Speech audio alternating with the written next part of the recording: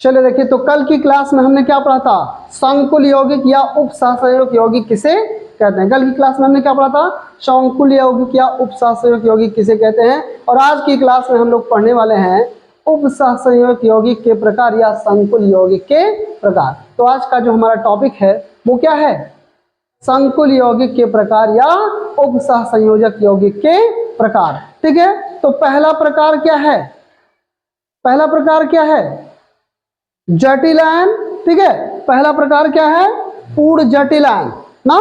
पहला प्रकार क्या है, नंबर एक है, नंबर एक है पूर्ण जटिल आयन,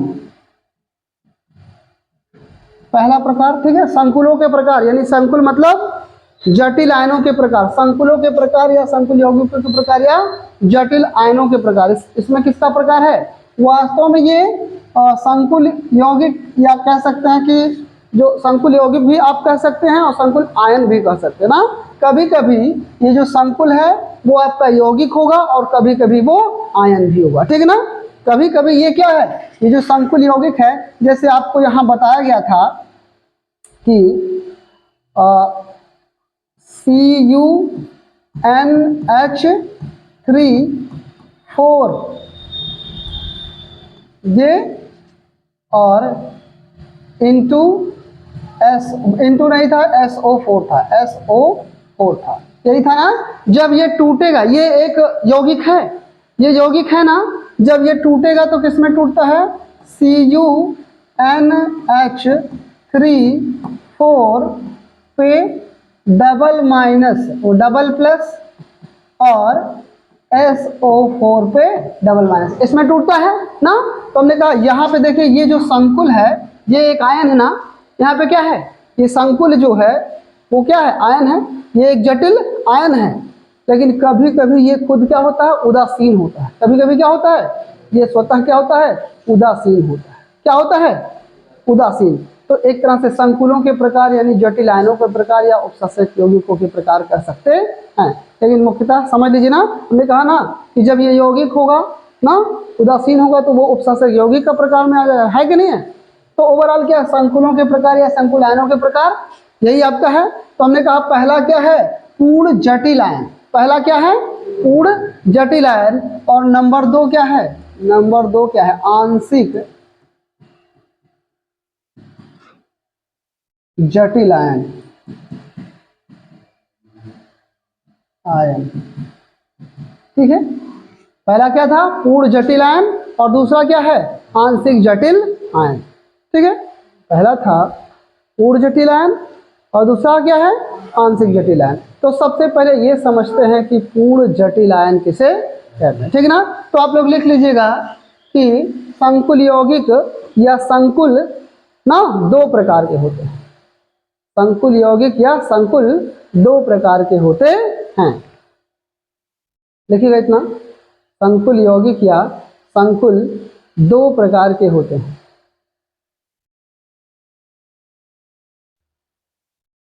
संकुल यौगिक या संकुल दो प्रकार के होते हैं।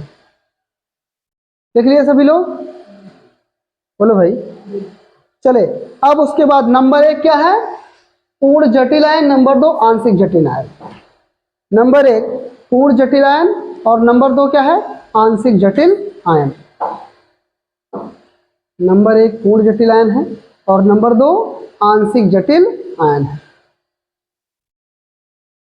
कर लिए इतना, नंबर एक क्या है, पूर्ण जटिल आयन, नंबर दो आंशिक जटिल आयन। तो चलिए देखते हैं पहले कि पूर्ण जटिल आयन किसे कहते हैं ना। नंबर एक हेडिंग डाल लीजिएगा, पूर्ण जटिल आयन। ठीक ना, तो पहला क्या है आपका, ठीक है,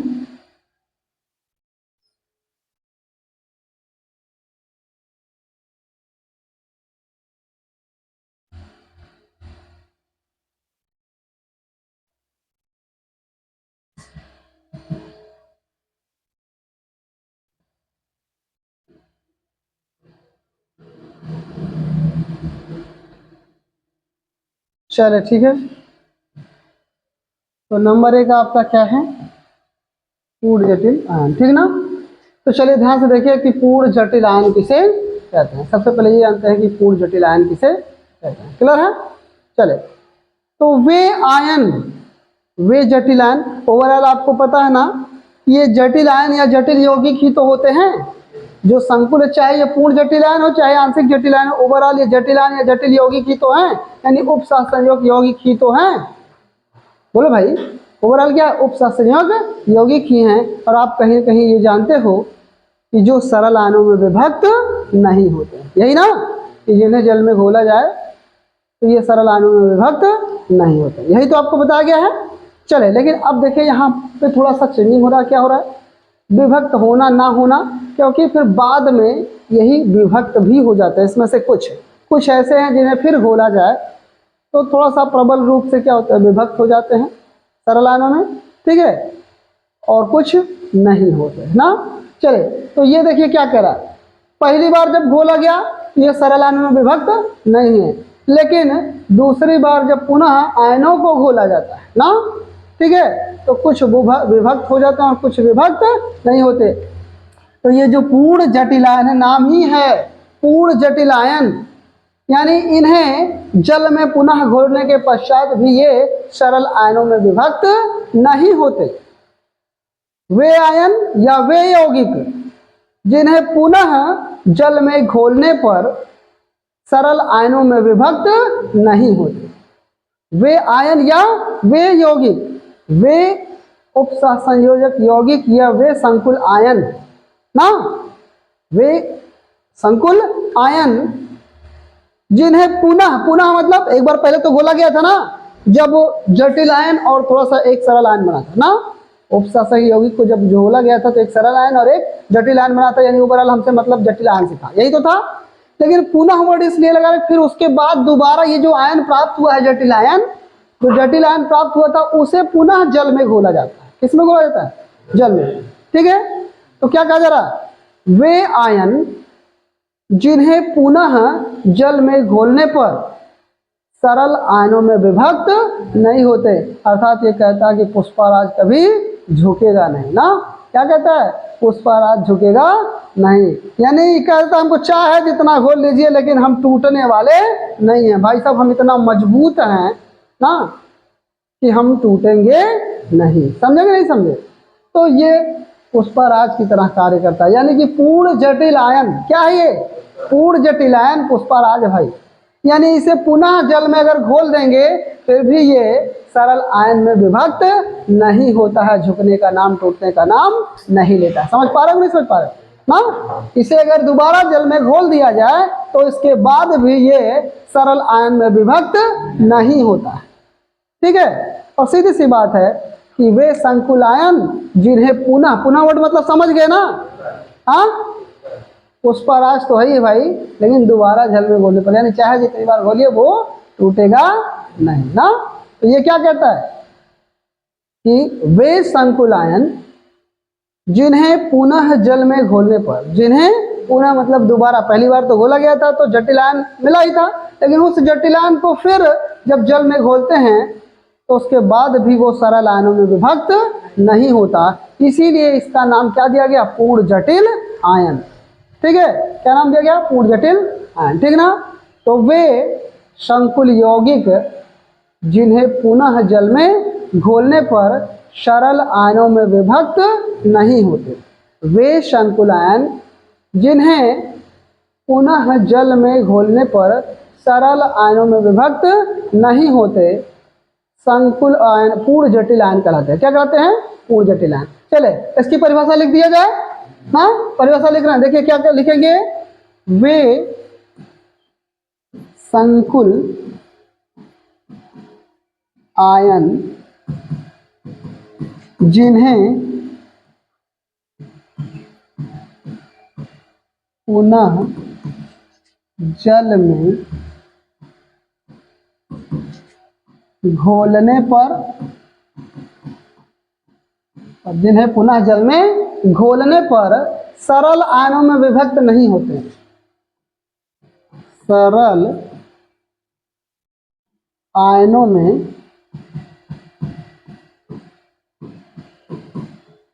विभक्त नहीं होते। ठीक है, वे संकुलायन जिन्हें पुनः जल में घोलने पर सरल आयनों में विभक्त नहीं होते हैं, ठीक है, क्या कहलाते हैं? पूर्ण जटिल आयन कहलाते हैं। पूर्ण जटिल आयन कहलाते हैं।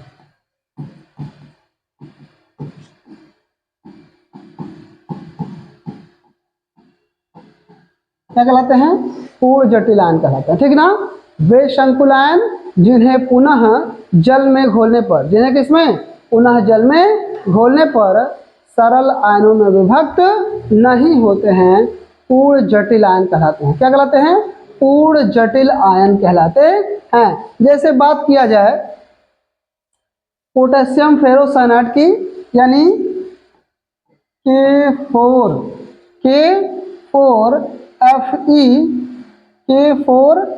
FeCN6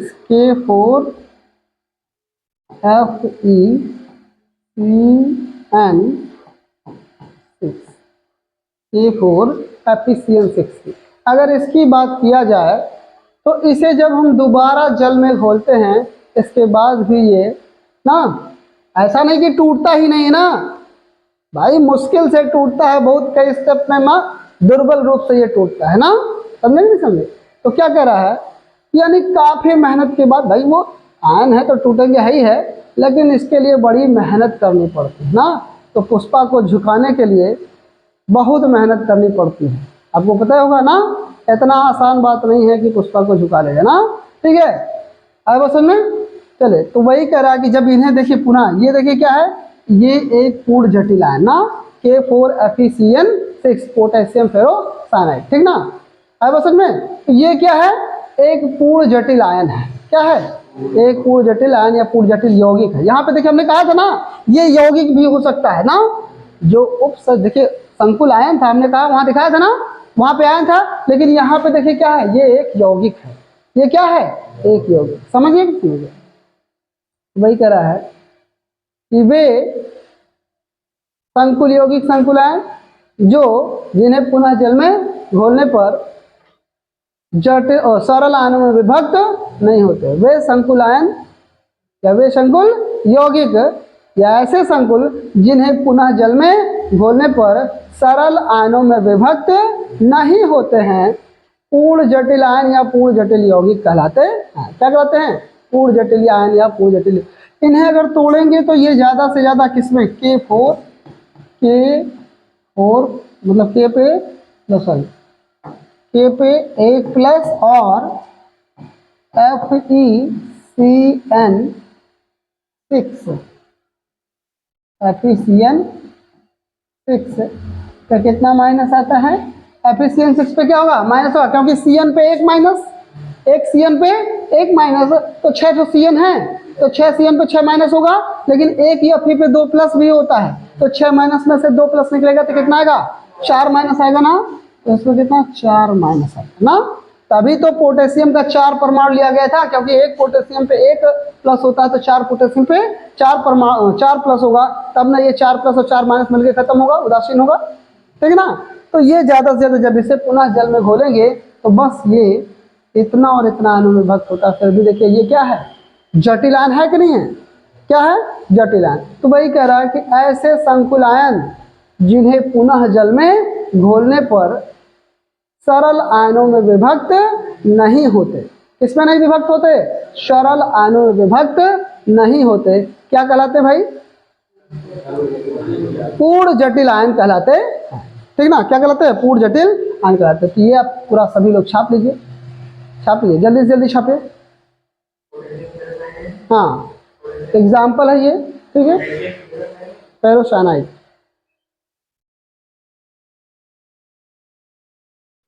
चलो जल्दी छापिए।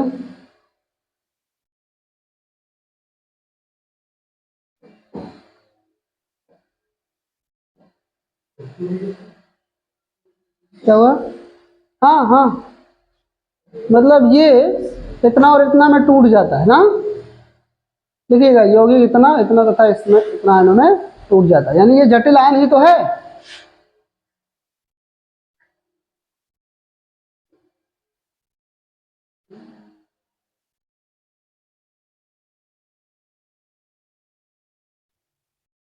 चले छापे छापे जल्दी जल्दी छापे।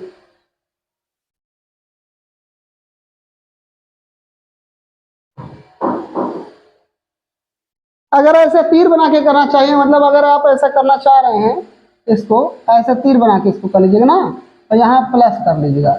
यहाँ 4 संतुलित करना है तो यहाँ 4 कर दीजिए, 4 के पे 1 प्लस और पीछे ना ये कॉमा हटा दीजिएगा, ठीक है। ये कॉमा हटा दीजिए और आपका सही हो जाएगा, ठीक है। ऐसे ऐसे इसको लिखिए ना, इक्वेशन बना के ऐसे इक्वेशन बना के लिखेंगे, ठीक ना। मतलब जब ये इसका मतलब ये है कि इसको जब जल में घोला जाता है ये इस तरह से ये टूट जाता है ना। लिख लिए सभी लोग, लिख लिए, छाप लिए। चले तो अब नंबर 2 है हमारा आंशिक जटिल यौगिक। नंबर 2 क्या है? आंशिक जटिल यौगिक। चलिए तो नंबर 2 पढ़ते हैं कि आंशिक जटिल यौगिक किसे कहते हैं और आंशिक जटिल यौगिक क्या होते हैं, ठीक है। अब अगला नंबर हमारा है आंशिक जटिल यौगिक। ये तो था पूर्ण जटिल यौगिक या पूर्ण जटिल आयन, और आंशिक जटिल आयन नंबर 2 है आंशिक जटिल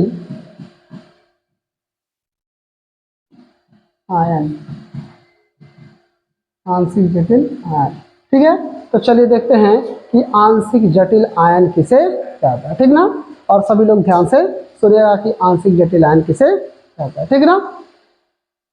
चलिए ध्यान से सुनिएगा।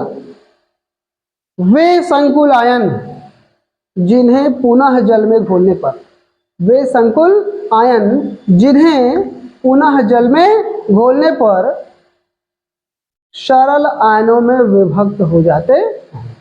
वे संकुल आयन जिन्हें पुनः पुनः मतलब एक बार तो घोले थे तो जटिल आयन में विभक्त हुआ, लेकिन फिर उसे जब खोल दिया गया तो फिर वो किसमें? सरल आयनों में विभक्त हो गया, लेकिन इसमें विभक्त नहीं हुआ था।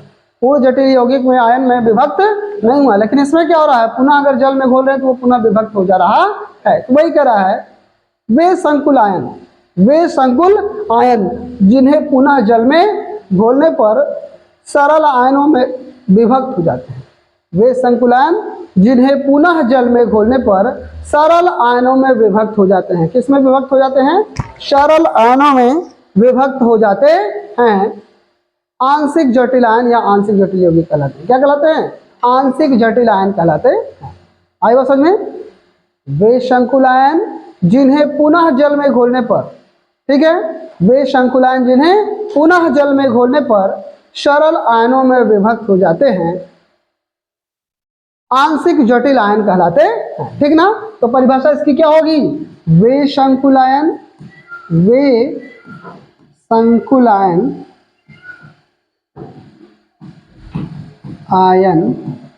जिन्हें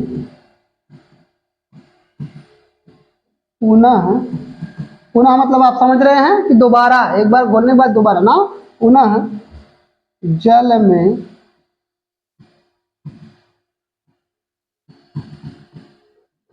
घोलने पर, जिन्हें पुनः जल में घोलने पर सरल आयनों में विभक्त हो जाते हैं। जिन्हें पुनः जल में घोलने पर सरल आयनों में, सरल आयनों में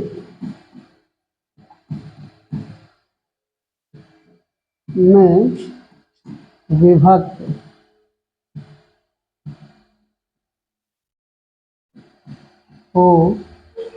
जाते हैं। वे संकुल आयन जिन्हें पुनः जल में घोलने पर सरल आयनों में विभक्त हो जाते हैं, क्या कहलाते हैं? आंशिक जटिल, आंशिक जटिल, आंशिक जटिल आयन या यौगिक कहलाते हैं। आंशिक जटिल आयन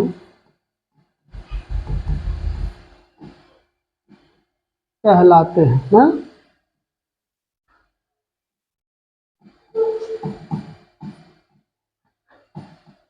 ठीक है, आंशिक जटिल आयन कहलाते हैं ना। वे संकुल आयन जिन्हें पुनः जल में घोलने पर, वे संकुल आयन जिन्हें पुनः जल में घोलने पर सरल आयनों में विभक्त हो जाते हैं, टूट जाते हैं, आंशिक जटिल आयन कहलाते हैं। क्या कहलाते हैं? आंशिक जटिल आयन कहलाते हैं। इसमें उम्मीद है किसी को कोई दिक्कत होगी नहीं। जैसे अगर एग्जाम्पल लिया जाए आंशिक जटिल आयन की, तो क्या किया जाए? K2PdCN4 K2PdCN4 ना, जब इसे एक बार जल में घोला जाता है ये टूटता है किसमें? 2K पे 1 प्लस और प्लस PdCN4 से 2 माइनस, PdCN4 पे किसमें 2 माइनस में टूट जाता है, ठीक ना। फिर इसे जब घोला जाता है, तो दोबारा ये किसमें टूट जाता है? दोबारा ये किसमें टूट जाता है?